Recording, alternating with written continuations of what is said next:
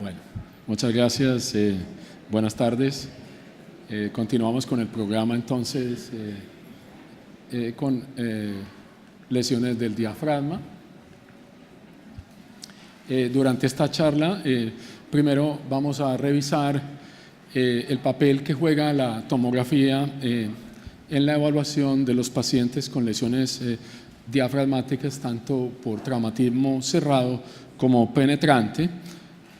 Discutiremos también los hallazgos tomográficos y vamos a describir algunas de las potenciales causas de error con énfasis en las lesiones penetrantes, ya que estas son usualmente de más difícil diagnóstico. La ruptura diafragmática por trauma cerrado es rara. Ven enunciadas en la diapositiva las estadísticas, pero en realidad en la práctica clínica diaria es una lesión rara, poco frecuente, y que cuando en los artículos que revisan las lesiones en las cuales fallamos en el diagnóstico inicial, en el diagnóstico inicial, con frecuencia el traumatismo del diafragma pasa desapercibido en la evaluación inicial del paciente, bien sea porque no lo buscamos o porque son de difícil diagnóstico. Las estadísticas sugieren que las lesiones del diafragma izquierdo son hasta 3 veces más comunes que las del lado derecho en traumatismos cerrados. Esto obedece a varias potenciales causas. En primer lugar, el hígado como tal ejerce un efecto protector del diafragma derecho. Hay una debilidad congénita en el aspecto posterior y lateral del diafragma izquierdo, como vamos a ver el punto específico más adelante en la presentación, y posiblemente también porque las lesiones del diafragma derecho se nos pasan con mayor frecuencia.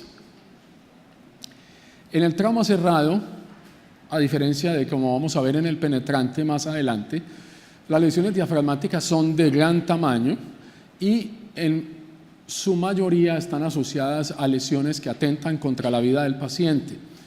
La placa simple de tórax tiene una muy baja sensibilidad para su diagnóstico y la tomografía, de acuerdo a los estudios reportados en la literatura, es variable, aunque ha venido mejorando recientemente. Todos estamos familiarizados con algunos de los hallazgos radiológicos en la placa convencional de las lesiones diafragmáticas. Podemos observar cuando la víscera se encuentra herniada, más frecuentemente se ve en el lado izquierdo con el estómago, que hay una constricción focal en el punto en que la víscera hueca pasa a través del diafragma. Como el diafragma es elástico, comprime la víscera hueca y causa una cintura localizada que se conoce como el signo del collar. Este signo es bastante específico en la radiografía convencional.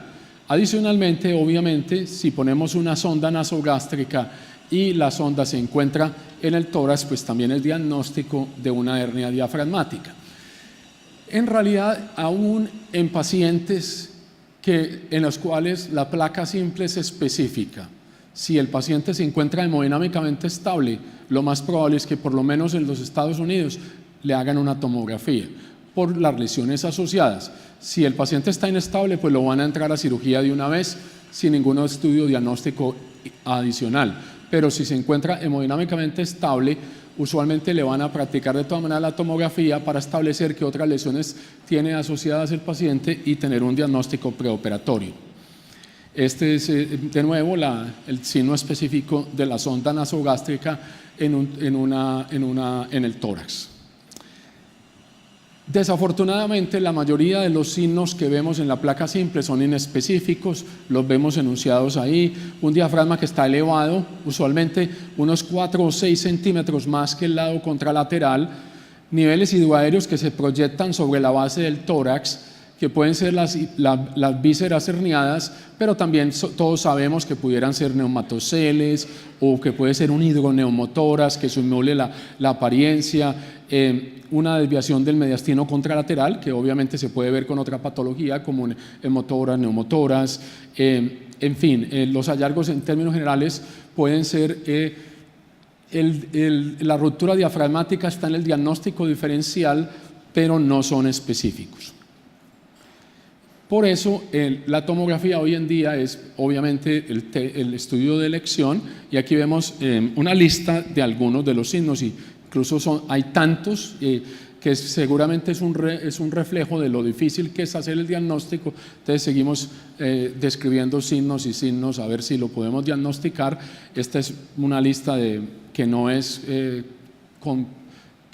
que no incluye todos los que han sido descritos, y vamos a revisar con ejemplos de imágenes.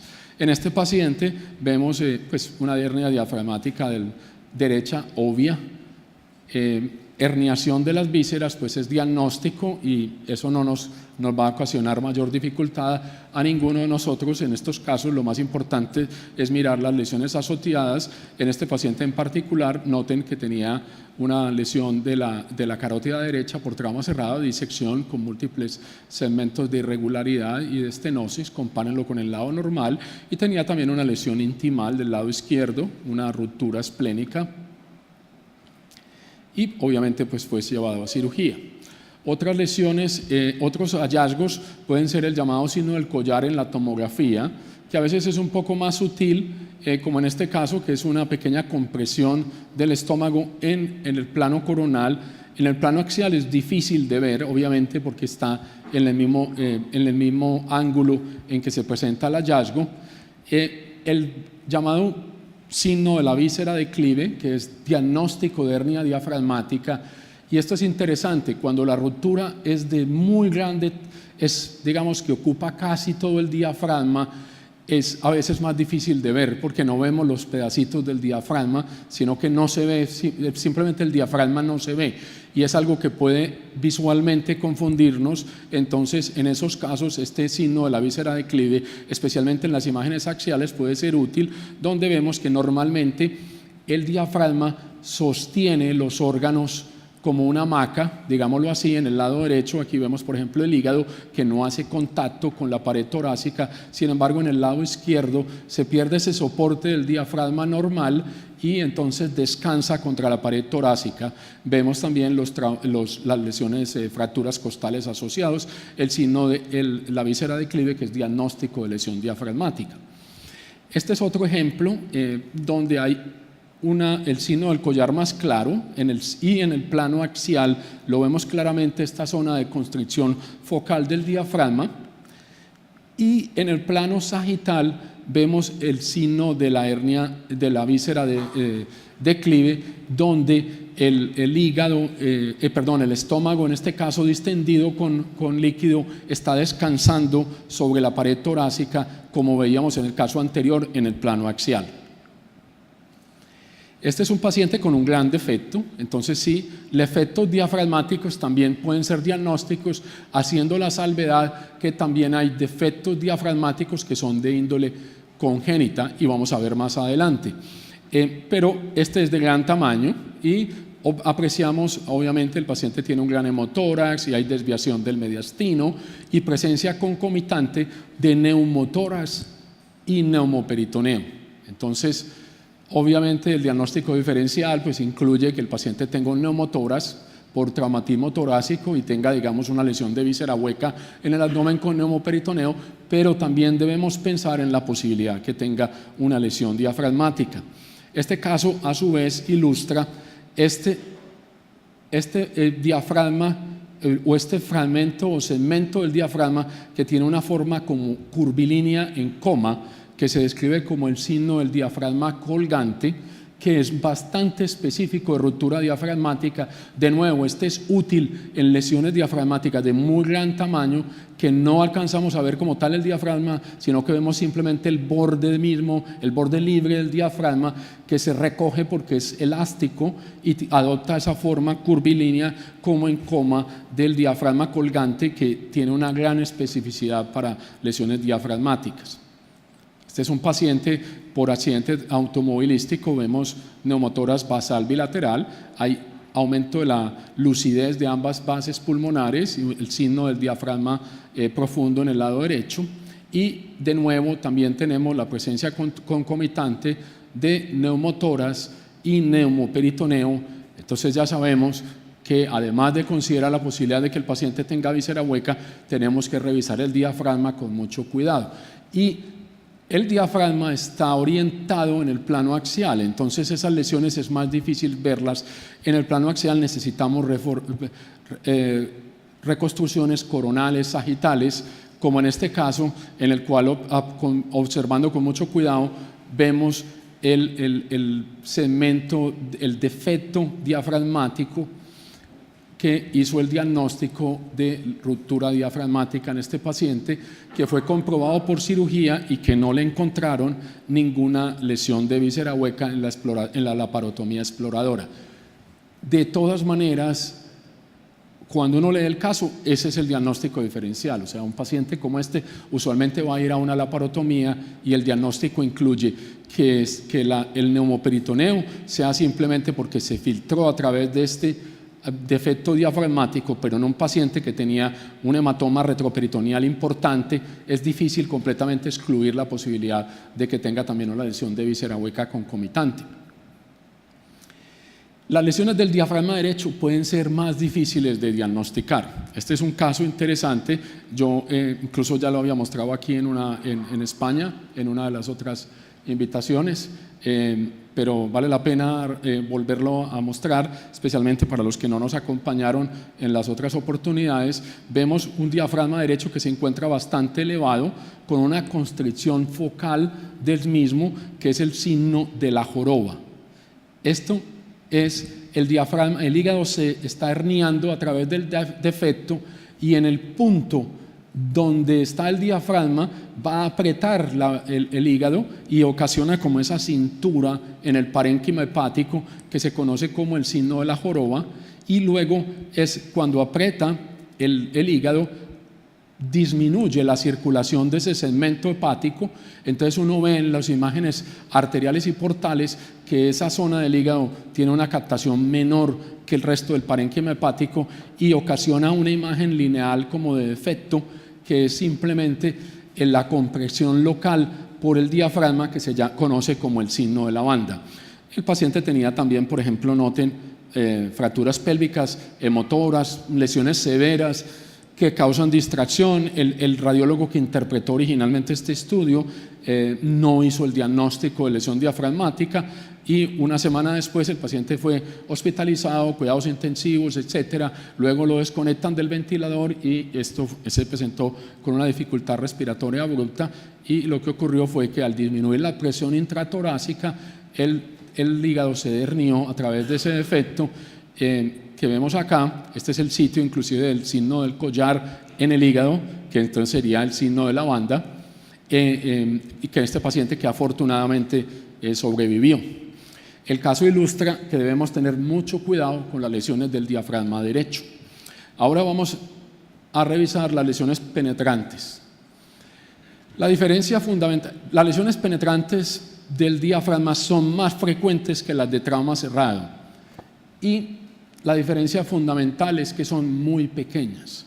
No son grandes como las otras que acabamos de ver, sino que es un pequeño defecto que puede parecerse más a los defectos congénitos, y que inicialmente, cuando no hay ninguna evisceración, ninguna herniación, son difíciles de visualizar y diagnosticar. Debemos sospecharlas en todas las heridas que se encuentren en la región tóraco-abdominal, que se extiende más o menos desde la línea de los pezones hasta la región subcostal. Hay varios signos que se han descrito en la literatura.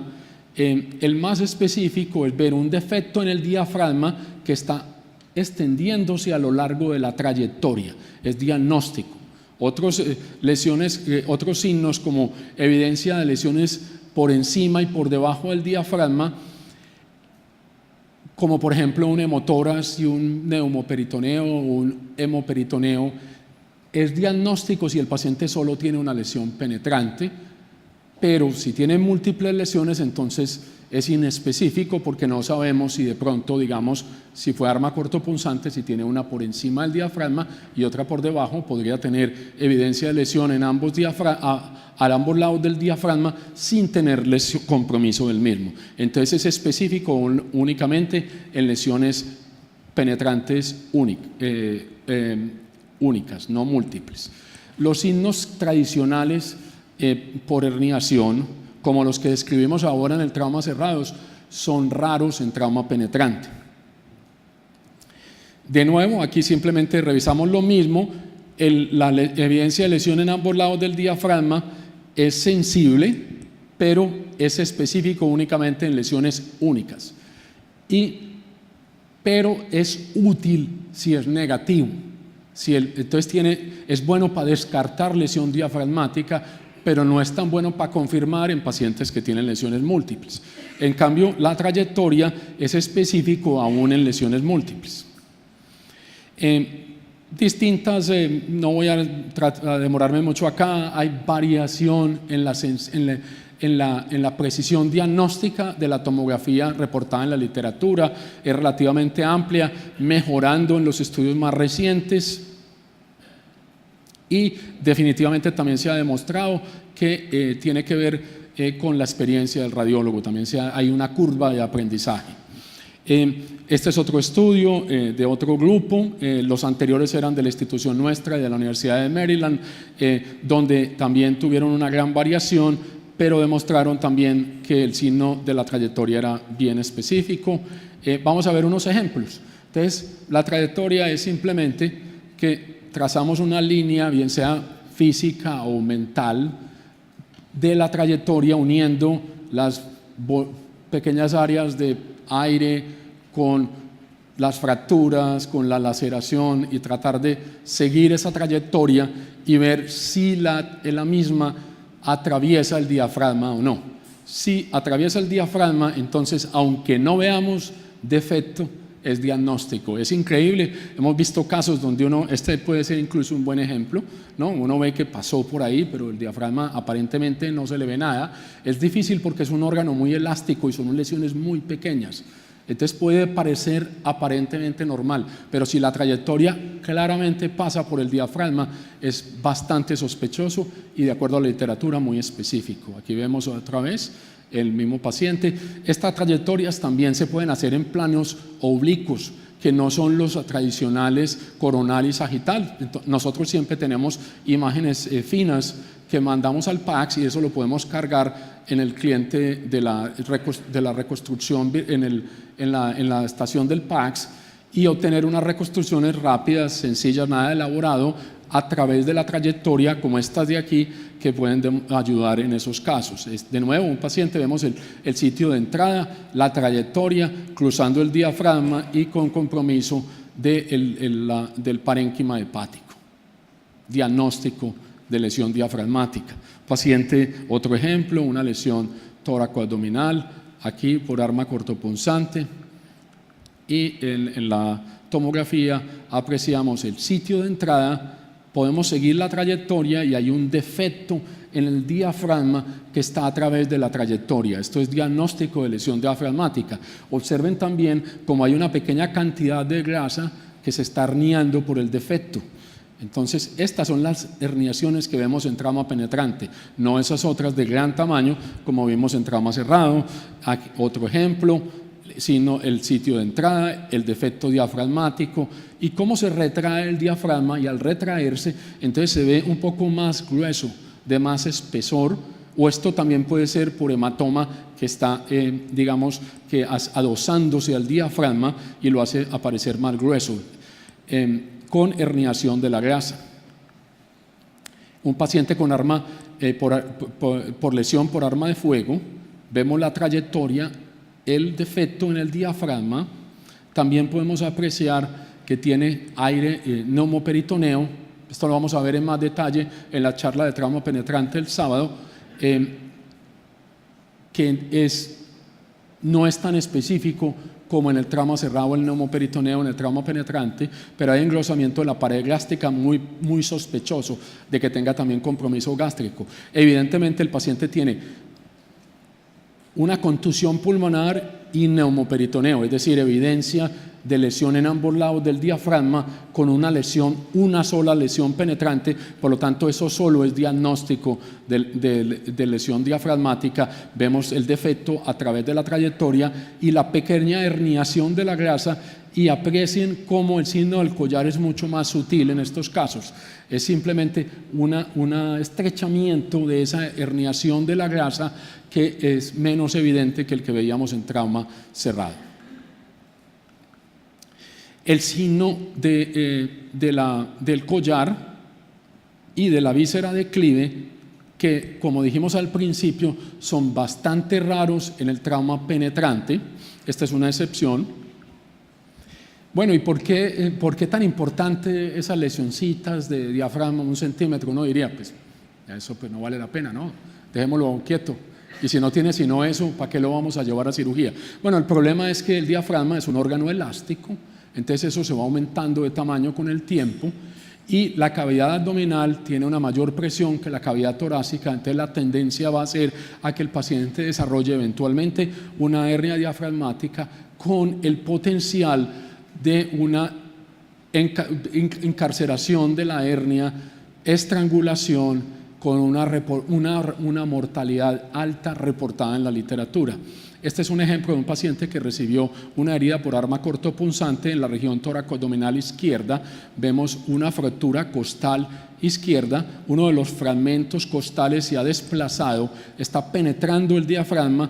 Apreciamos también ese defecto local, diagnóstico de lesión penetrante, y se leyó como tal, y por razones que desconocemos el paciente no lo operaron. Nunca quedó claro en la historia del paciente si fue que no quiso que lo operaran o el cirujano no nos creyó, no sabemos. A los 9 meses regresó y vemos la fractura costal ya con callo óseo, y se presentó con una herniación del colon con necrosis del epiplón que requirió cirugía, reparación y resección en forma aguda. Este es otro ejemplo, un paciente con una lesión diafragmática derecha. Este caso es cortesía del doctor Soto, y 5 años después regresa con herniación de las vísceras. Vemos que están dilatadas, distendidas. No tengo el resto de las imágenes, pero presumiblemente hay una obstrucción posiblemente en el sitio de la herniación, o podría ser iliorreflejo. Evidentemente hay aumento de la densidad de la grasa del mesenterio, líquido, etcétera. Había estrangulación que se comprobó en cirugía. Sí. Bueno, ahora vamos un poco a las causas de error. En el trauma cerrado y en general, también en trauma penetrante, algunas de las causas más frecuentes son las hernias congénitas, que todos estamos muy familiarizados con ellas. En el lado izquierdo, la de Bodaleg, y en el lado derecho, sobre todo anteromedial, la de Morgani. La otra es más posterior y generalmente izquierda. Defectos crónicos adquiridos del diafragma o fenestraciones del mismo, donde hay pequeñas áreas de defecto, como vemos aquí en la región de crural izquierda, que pueden simular lesión dependiendo de su localización. Y también una ventración diafragmática donde el diafragma está elevado y puede en una presentación aguda de trauma causar confusión. Es importante tener en cuenta la localización de los defectos diafragmáticos. Las hernias, como dijimos ahora, en el lado derecho más frecuente anteromedial, en el lado izquierdo posterior y hacia la parte media. Por el contrario, las lesiones traumáticas por mecanismo cerrado en el lado izquierdo son usualmente posteriores y laterales, que es la zona de debilidad congénita del diafragma. Generalmente aquí es donde el diafragma tiene menos fibras musculares y se rompe con mayor facilidad. Entonces noten que es un poco más lateral que la localización de los defectos, y esto puede ser útil en algunos casos. Aquí vemos un ejemplo de un paciente con un trauma abdominal cerrado, con una ruptura esplénica, un traumatismo severísimo, y tenía defectos diafragmáticos. Noten la localización, además que están bien definidos, no hay como aumento de la grasa alrededor, nada. paciente de todas maneras estaba relativamente inestable y el cirujano decidió que iba de todas maneras a explorar para hacer una esplenectomía, pero antes de entrar me preguntó, ¿y el diafragma qué? ¿Eso tiene una lesión diafragmática? Yo le dije, yo no creo, porque la localización, la configuración, si ustedes observan, se ve muy parecido al otro que vimos de fenestración. Y en cirugía encontraron, esta vez estábamos en lo correcto, que eran defectos congénitos y no tuvieron que reparar el diafragma. En el trauma penetrante también es, ¿cómo vamos de tiempo? Que no tenemos reloj. Sí, nos quedan todavía 10 minutos. Bueno, gracias. En el trauma penetrante, otras causas potenciales de error por mecanismo de arma de fuego es que por la onda expansiva del traumatismo de arma de fuego puede ocasionar contusiones pulmonares sin penetrar la cavidad torácica. Entonces, este es un ejemplo, un paciente que tenía una herida como tangencial acá, que luego penetraba el abdomen con contusión pulmonar y lesión abdominal, pero que el diafragma estaba bien en cirugía, ¿sí? Es simplemente una contusión pulmonar por el mecanismo de la onda expansiva. Engrosamiento del diafragma, que es un signo indirecto, pero es inespecífico. Es inespecífico, puede ser que esté lesionado y oculto por ese hematoma, o puede ser que el hematoma está adyacente al diafragma y que el mismo no esté comprometido. Es un hallazgo indirecto. Generalmente este tipo de hallazgo necesita estudios adicionales como una toracoscopia. En lesiones por arma cortopunzante o penetrantes en general, múltiples, con evidencia, como ya describimos previamente, con evidencia de lesión a ambos lados del diafragma, es inespecífico y no sabemos si el paciente tenga lesión del diafragma o penetración por encima y por debajo del mismo. En este paciente que había un pequeño hemotórax y que tenía también un hematoma subcapsular hepático, en cirugía no encontraron ningún defecto diafragmático. Sí, es decir, tenía una lesión penetrante por encima del diafragma y otra por debajo, pero no había compromiso del mismo. Evaluar el diafragma en las esquinas. A las esquinas me refiero a la inserción medial donde se acerca al corazón o donde se acerca a la pared torácica. Es también muy difícil. A medida que se acerca a la inserción de la pared torácica, es muy difícil establecer si la lesión atraviesa o no atraviesa el diafragma. La ventaja es que quizá no es tan importante desde el punto de vista clínico, porque ese tipo de rupturas diafragmáticas ya tan laterales es frecuente que el cirujano opte por no repararlas. Este es un ejemplo donde la trayectoria parece cruzar la esquina del diafragma y en cirugía, no encontraron lesión diafragmática. Este es otro paciente en el cual tenemos una lesión penetrante que tiene un curso oblicuo y parece atravesar el diafragma en su aspecto medial y anterior derecho, aparentemente comprometiéndolo en las imágenes axiales. Sin embargo, en una reconstrucción sagital oblicua a lo largo de la trayectoria vemos que la lesión diafragmática pasa por encima del mismo sin comprometerlo, aunque sí tenía, pues no tuvo tanta suerte el paciente, sí tenía lesión del ventrículo derecho, como pueden ver ahí la dirección de la trayectoria.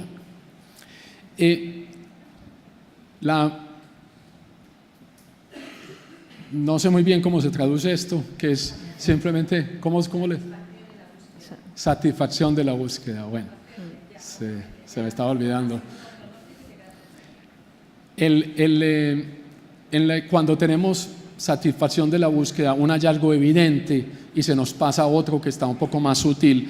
Este es un ejemplo en el cual hay un compromiso del colon izquierdo.